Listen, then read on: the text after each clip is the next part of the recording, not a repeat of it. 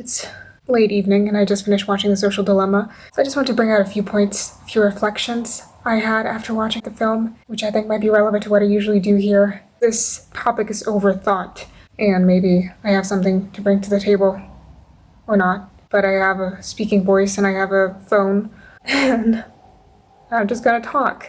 I liked how they talked about technology putting us under a spell. It kind of reminded me of the TV show Once Upon a Time. It's the TV show that's very dear to me, even though it has its flaws and it's not perfect, but it's sort of a guilty pleasure or it's just a comfort. And yeah, it's magic. Its premise is that the enchanted forest, the world of magic, they became cursed, and they landed in Maine, on Earth, in a world without magic. And they were cursed. They didn't know they were cursed. And it kind of reminded me of that as they were talking that we were put under a spell, which is sort of true.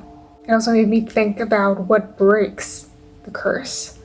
Because in Once Upon a Time, what breaks the curse is true love's kiss. I'm just not sure if we're equipped to deal with this using true love, especially since technology and all those companies are sort of like this very twisted version of a dating app because they're so desperate for our attention. They will do anything for us to choose them, to always look at them, to have our attention. So it is kind of like dating. I mean, if you want someone and you know there's a competition involved, you want them to pay attention to you. So you put makeup on, or you try to make yourself interesting, or whatever it is that people do. At some point you become desperate, and they are desperate. So how do we combat it with true love if they twist true love and put it on its head? What's funny is that they make us look desperate because we are the ones coming back and engaging and needing it and getting addicted to it, even though they are the ones whose desperation started it all. They want our attention. They'll do anything to get it. And then they turn it around and it looks as if we're the desperate ones because we are desperate. How does love come into that? In the documentary, they also refer to technology as a tool versus addiction and manipulation. A tool is innocent. It's just something we use. What if the only way to revert social media and technology back to being a tool is by every time we click on something, every time we visit a certain site, we must think, why am I doing this? Why am I using this tool? Do I need it? Do I want to find out something new? Do I want to find a recipe because I want to cook? Do I want to learn this skill because I want to do this? Do I want to be inspired because I'm feeling down? Or do I just sort of floating through life? I don't know what I want to do, but they know what I want to do, so I might as well just plunge in and they'll tell me what I want because I don't know and it scares me. To use it as a tool, we, first and foremost, must know what we want, what we need. We must decide on what we want. We must question what we want. That is hard. Another interesting thing is the discussion around addiction. That social media's addiction is not a new idea. A lot of people talked about this already. Social media at its basis has connection. Even at the name social media, it's about connecting to people. That's the basis of the social media addiction. It's because it provides an illusion of connection. And what's even better about social media is that it curates connection. It's perfect. I mean, human connection is so extremely difficult. It's so complex and unpredictable, and social media makes it so much easier because you can filter yourself. You can delete the comments you don't like so you can curate your comment feed. And it's simple. You either get a like or a dislike. And comments, you can always rationalize them away. If you get a negative comment, you can always use the excuse that, oh, it's just a negative comment, or it's so easy to write negative comments. They just blah, blah, blah, blah, blah, whatever it is that you use to deal with the fact that you get negative comments. But if you get a positive comment, then it becomes a big deal. I mean, I got a positive comment. So you sort of change the context for it. Because you can, because it is an illusion, and you know it is an illusion. It's convenient because it's a curated connection. And with addiction is that you sort of more or less can predict it. And social media even more, because you literally curate a certain world. It's, in a way, it's a perfect addiction, even though it's obviously not. One of the points that resonated with me the most is that we are not programmed to care about what 10,000s of people think of us. And that's the world we live in now.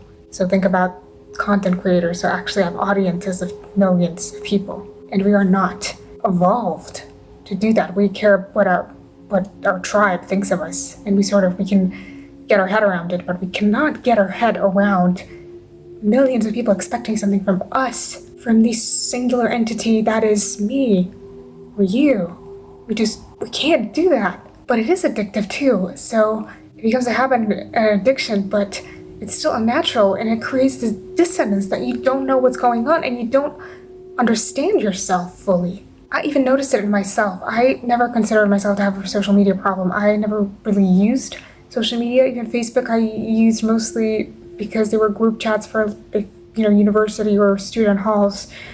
But I just stayed away from social media just for my own sake. And then I created this YouTube channel because I did it for many reasons. I wanted to connect, I wanted to find a new outlet, I wanted to try a new creative project. Plus I started recording videos for myself and I absolutely loved it. It felt amazing. It felt valuable, substantial, I felt alive. It did not feel stifling or illusory, it felt good. So I did that. And I was so excited for a month. I recorded videos for a month before creating the channel, but then I created the channel and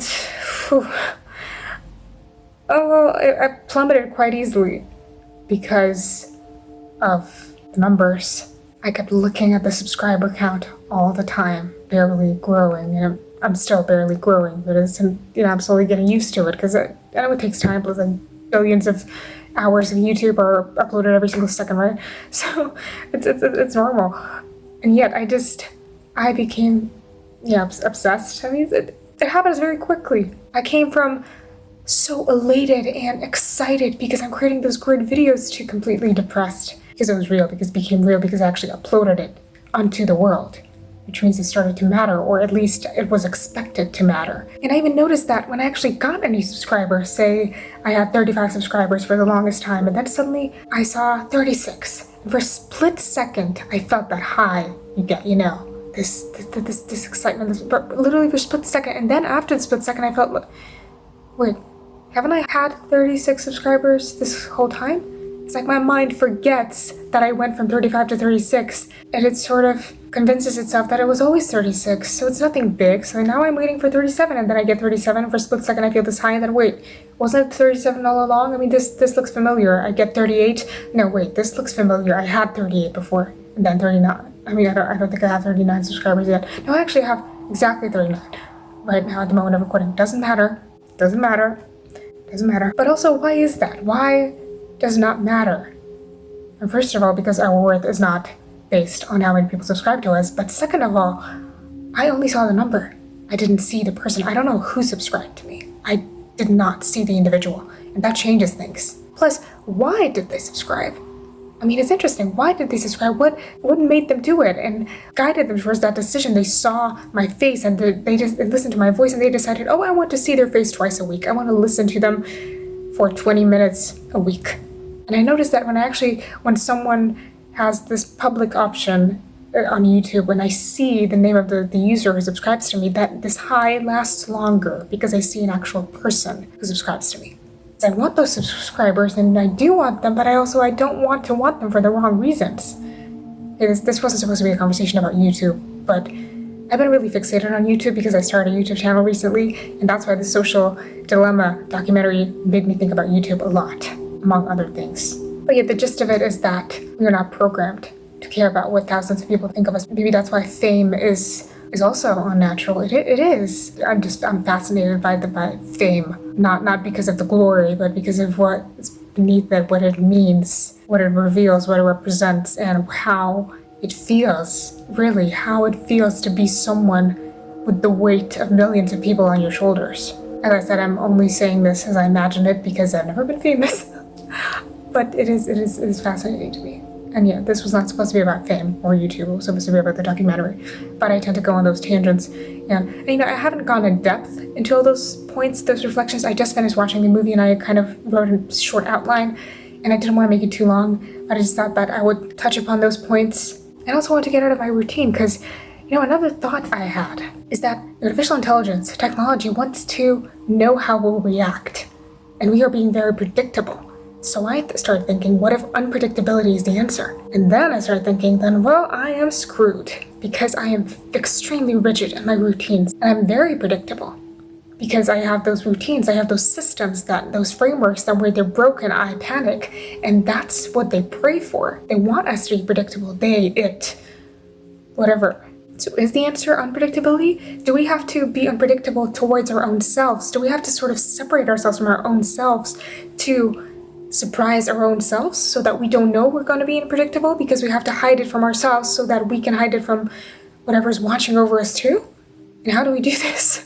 I see the world in a very abstract manner, so I'm not going to use any specialist terms or very elaborate, sophisticated, overthought arguments. I'm just a small, tiny, teeny tiny, ordinary person in the world who feels things very deeply, but who is afraid of the enormity of the universe. A part of me has this resistance, as if I want things to stay abstract, because I can contain them, I can understand them within my mind. So like with technology, it begins to control you. And I'm not saying this is the same thing with knowledge. It's not. Knowledge is a beautiful thing. I sometimes prefer to stay in my abstract bubble where I understand the way I articulate things. It might be a bit easier for me. Well, I am an INFJ, so I don't understand reality. I might come up with many different reflections as I think about it more, but those are my initial thoughts, those first unfiltered thoughts. Very raw and unfinished, underdeveloped. So yeah, let me know in the comments if you've seen the documentary, what you thought of it. And my other videos may be a bit different, but if you like how my mind works, then consider subscribing, even though I know it helps the algorithm. But if we do treat YouTube as a tool, consciously seeking content that feels substantial to us, then I guess it doesn't have to be bad, right? I really hope it doesn't. But I guess it's about time to end this here, because I don't know where I'm going with this. I'm not sure if I want to know at this very second. So thank you for your time.